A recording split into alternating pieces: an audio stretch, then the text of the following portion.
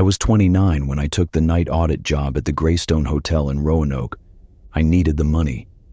My lease was up in 2 weeks, and I'd been unemployed for 3 months. My last job had been at a call center, and I'd burned out hard. Spent my days staring at spreadsheets, my nights staring at the ceiling, wondering how I'd ended up so far from where I thought I'd be. When the manager called me back the same day I applied, I should have asked why they were so desperate. I should have wondered why a hotel in downtown Roanoke needed someone to start immediately. No second interview, no background check. But I didn't. I just said yes. If you've ever stayed awake late at night, wondering about the sounds old buildings make, or if you've ever felt watched in an empty hallway, drop a comment. Tell me where you're listening from.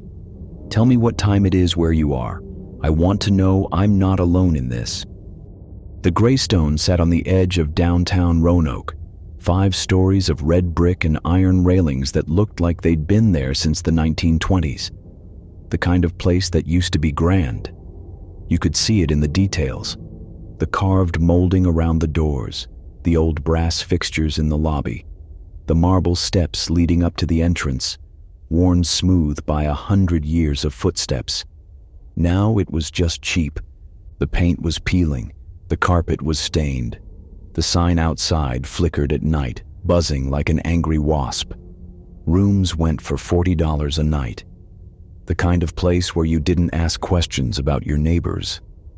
My shift started at 11 p.m. and ended at 7 a.m., 8 hours alone at the front desk. The manager, a tired woman named Carol, showed me the basics on my first night. She had gray hair pulled back in a bun and eyes that looked like they'd seen too much. Phone rings, you answer. Someone needs towels. You bring them up. Lock the front door at midnight. Unlock it at 6. She handed me a heavy ring of keys. They were old, the kind that looked like they belonged in a Victorian mansion. What about guests checking in late? I asked. We don't get many. If someone buzzes, you'll hear it. There's a button by the front door. You unlock it from here. She pointed to a switch under the desk. What if there's an emergency? Call me.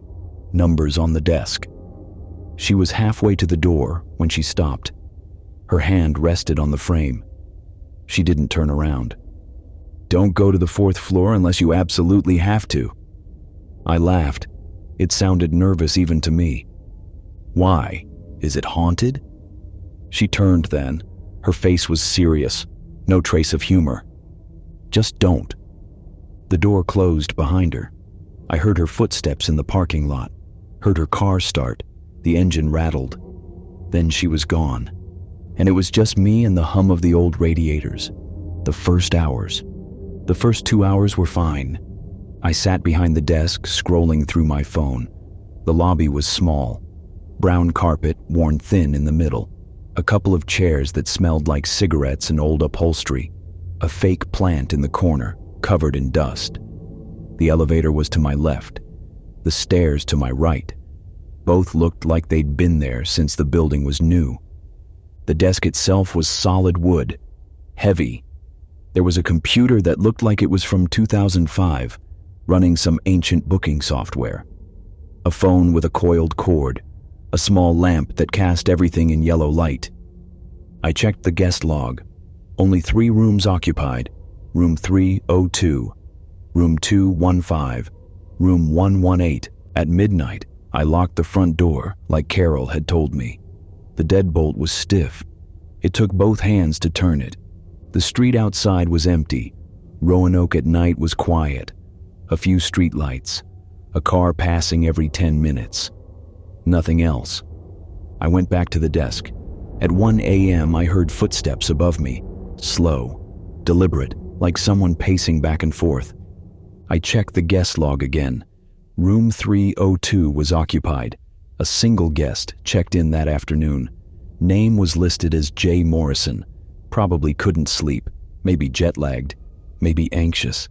The footsteps stopped. I went back to my phone. At 1:15, the house phone on the desk rang. The sound was sharp, jarring in the silence. I picked it up. Front desk, how can I help you? Silence. Not empty silence, the kind where someone's on the other end. I could hear something, breathing, faint, ragged. Hello? Is anyone there? Nothing. If you need something, I can bring it up. Just let me know your room number. The line clicked dead. I set the phone down, stared at it for a moment. My hands were colder than they should have been. I told myself it was a wrong number. Someone dialed the front desk by accident, hung up when they realized. But the breathing stayed with me. At 2 a.m., the elevator moved. I wasn't near it. I was still at the desk, reading an article on my phone about nothing important. I heard the cables groan, that deep mechanical sound old elevators make. I looked up. The brass needle above the doors was moving, L to 2, then to 3. It stopped on 4. I stared at it. No one had called the elevator. I would have heard the ding, would have seen someone cross the lobby. I waited. The needle stayed there, 4th floor. No one got off. No one called down. I counted to 60 in my head, then another 60. At 2:10, the elevator descended. I watched the needle swing back down, 4 to 3, 3 to 2, 2 to L. The doors opened. Empty. I stood up from the desk, walked over slowly, looked inside. The elevator was small. Wood paneling on the walls, a brass handrail, a mirror on the back wall, cloudy with age. The light inside flickered once, went dark for a second, then came back on. I stepped back. The doors closed on their own. I told myself it was old machinery. The hotel was from the 20s. The elevator probably moved on its own all the time. Weight distribution, air pressure, something logical. I went back to the desk, but I kept glancing at that brass needle. At 3 a.m., I needed to pee. There was a single bathroom behind the front desk, down a narrow hallway. I grabbed the desk phone and brought it with me, setting it on the counter by the sink so I'd hear it if it rang. The bathroom was tiny, barely enough room to turn around. The light buzzed when I flipped the switch, fluorescent, flickering slightly. The mirror was cracked in one corner, spiderweb fractures spreading out from a single point, like someone had hit it. I avoided looking at it too long. When I finished, I washed my hands. The water was cold. The pipes groaned. I dried my hands on my jeans and opened the door. The hallway felt longer than it had a minute ago. I stopped. The door to the desk was still open. I could see the edge of the counter, the yellow glow of the lamp. But the lights in the lobby were off, all of them. I stood there, hand still on the bathroom doorknob, staring into the darkness. I'd left them on. I knew I had. My heart started pounding. I reached around the corner, fumbling for the light switch, found it, flipped it. The lights came back on. Everything looked normal. The chairs, the fake plant, the elevator doors closed. I walked back to the desk and stopped. The guest log was open to a different page. I'd left it on today's date, February 4th, 2026. Now it was open to October 14th, 1983. The page was yellowed. The handwriting was old-fashioned, looping cursive. Someone had written in red pen, Room 412, Catherine Holt. Checked in 11:47 p.m. Did not check out. My stomach dropped. I flipped the page back to today. My hands were shaking. I looked around the lobby. No one there. No one could have done this. I'd been gone less than 2 minutes. I sat down, tried to slow my breathing, told myself I'd imagined it, that I'd looked at the wrong page before. But I could still see that red ink. Did not check out. At 4 a.m., I heard the footsteps again. This time they were right above me, directly overhead, pacing, back and forth, back and forth. I checked the log again. Room 302 was directly above the front desk. I picked up the phone, dialed the room. It rang and rang and rang, no answer. But the footsteps didn't stop. I could hear them clearly, steady, rhythmic. I hung up. The footsteps stopped. I sat there, phone in hand, counting the seconds. 3 seconds later, the phone on the desk rang. I stared at it. My heart was pounding so hard I could feel it in my throat. I picked it up. "Front desk." A woman's voice, soft, tired, distant. "I can't find my room." I swallowed. My mouth was dry. "What's your room number, ma'am?" 412. My blood went cold. "Ma'am, the 4th floor is closed for renovations." "Are you sure that's your room?" "I just want to go to my room. I'm so tired." Her voice was closer now, like she was standing right next to me. I spun around in my chair. No one was there. "Ma'am, where are you right now? Are you in the lobby?" Silence. "Ma'am?" The line went dead. I stood up, still holding the phone. My legs felt weak. I set the phone down carefully, looked around the lobby again. Empty. Then I heard it. A knock, soft, polite. 3 taps, coming from the elevator, inside. I didn't move. The knocking came again, 3 taps, slow and rhythmic, patient. The elevator doors were closed. The needle pointed to L lobby level. But the knocking was coming from inside. Every part of me screamed to stay at the desk, to lock myself in the back room, to call Carol, to call the police, to do anything except walk toward that elevator. But I did. I don't know why. Maybe curiosity, maybe something else. I walked over slowly. Each step felt heavy. I stood in front of the elevator doors. The brass was tarnished. I could see my reflection in it, distorted, pale. I pressed the button. The gears groaned, the cables moved, the doors slid open. No one inside, but the air was freezing. A wave of cold rolled out into the lobby. I could see my breath. And on the back wall, someone had written in the condensation on the mirror, "Help me." The letters were uneven, shaky, like they'd been written with a finger. I stepped back. The doors started to close, and just before they shut completely, I saw her, standing in the corner of the elevator. A woman, pale, thin, blue dress, dark hair, wet and clinging to her face. She was looking at me. The doors closed. I ran back to the desk. At 5 a.m., I called Carol. My hands were shaking so hard I could barely dial. It rang 4 times, then voicemail. "Carol, it's me. Something's wrong with the hotel. I keep hearing things. The elevator keeps moving on its own. Someone called from room 412, but that floor is supposed to be closed. I saw someone, a woman, in the elevator. I need you to call me back, please." I hung up. The lights flickered. I sat back down at the desk, kept my eyes on the front door. The glass was dark. I couldn't see the street beyond it. I told myself I just had to make it 2 more hours. Just 2 more hours, and Carol would be here. Daylight would come. Everything would be normal again. At 5:30, the elevator moved again. I heard the cables, watched the needle. Lobby to Chetri. The needle stopped there. This time, I heard the doors open on the 4th floor. Footsteps in the hallway above me. Slow, dragging, like someone was hurt. They moved across the ceiling, toward the stairs. I stood up. The stairwell door opened.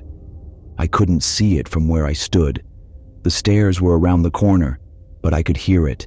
The creak of the hinges, the echo in the stairwell. Footsteps, descending, 1 step at a time. I grabbed the keys from the desk, moved toward the front door. The footsteps kept coming, slow, steady. I reached the door, fumbled with the deadbolt. The footsteps stopped. I froze, turned around. A woman stood at the bottom of the stairs. She was pale, impossibly pale, thin like she hadn't eaten in weeks. She wore a blue dress that looked decades old. The fabric was damp.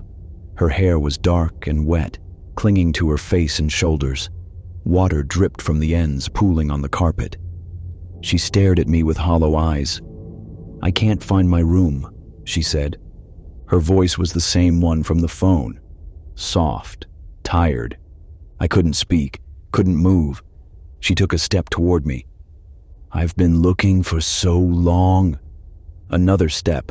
Her feet made no sound. "Please help me." I backed against the door. My hand found the lock. I twisted it, hard. She stopped, tilted her head, studied me. "You're not supposed to be here." Her voice changed, deeper, colder. "This isn't your place." And then she was gone, not walked away, not turned around, just gone, like she'd never been there at all. But the puddle of water on the carpet remained. Morning. At 7 a.m., Carol walked in. She found me sitting on the floor behind the desk, knees pulled to my chest, shaking. What happened? I told her everything.